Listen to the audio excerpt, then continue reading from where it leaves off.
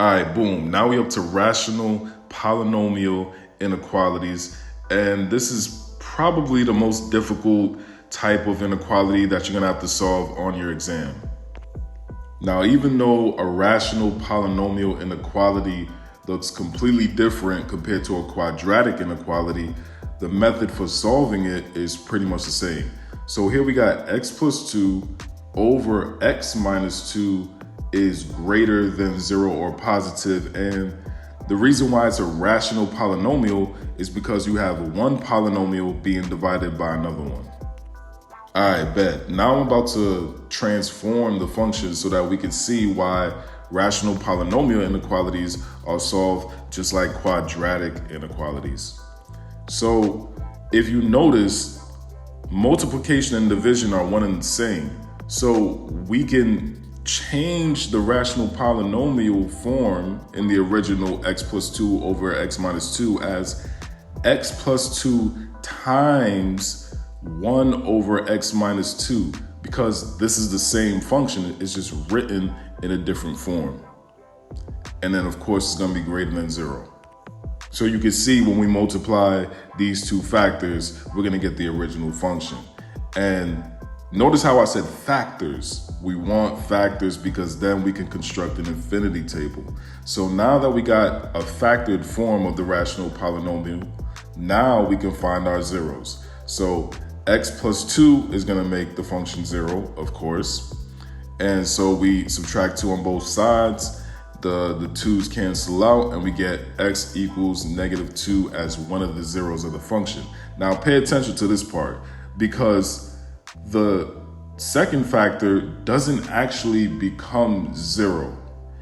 Rather, we check to see what makes the denominator of this factor 0, because that's gonna blow up the function. I'm not gonna break down what it means to blow up the function. I could do that in a separate video. But for now, when we look for the 0 in a rational polynomial with the variable in the denominator, we're looking for what makes the denominator 0. So x minus 2 is in the denominator, and that's going to make the denominator 0. So we solve for x, and we get x is equal to 2. That's what blows up the function. That's what makes the denominator 0. And just so there's no confusion, I'm going to label that den for denominator to signify that it's not actually the factor becoming 0, but the denominator becoming 0. But in any case, we classify both of these numbers as the zeros of the function. All right, bet. So now we got our factors and we got the zeros of the function. So you know what that means. Now we're in a position where we can construct the infinity table and we can begin to solve this rational polynomial inequality. All right, so we're about to count our rows. We got 2 factors, and then of course we got the product combination of the factors, so that makes 3 rows altogether. Then of course the fun part, I turn on or I activate the infinity table by labeling in the top left corner real number line, and I put my arrows on the lines to illustrate that they're all real number lines. All right, now we can put our zeros from least to greatest, with -2 being the least and +2 being the greatest.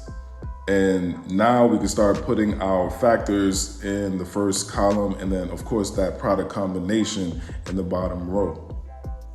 All right, the first factor is going to be x plus 2. And of course the second factor is going to be 1 over x minus 2. Then of course we got our product combination, which is going to be x plus 2 times 1 over x minus 2.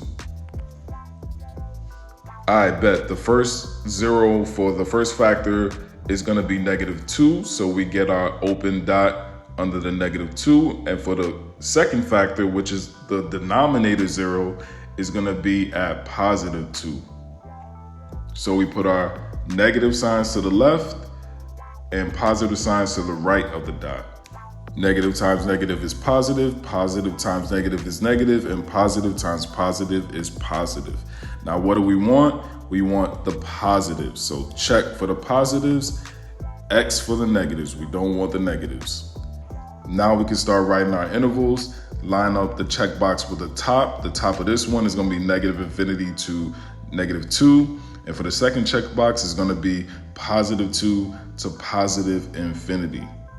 Cool. We don't want that negative 1. So now we take the union of these two intervals, and that's going to be the solution set for this rational polynomial inequality. And of course, we could write it in the other form. Again, depends on the preference of your professor. I typically write both in there, but x is less than negative 2 or x is greater than 2. And that's pretty much it. So again, you know what to do. Drop a comment if you want to see a specific problem solved. If you have any questions or concerns, like, subscribe. Until next time, peace.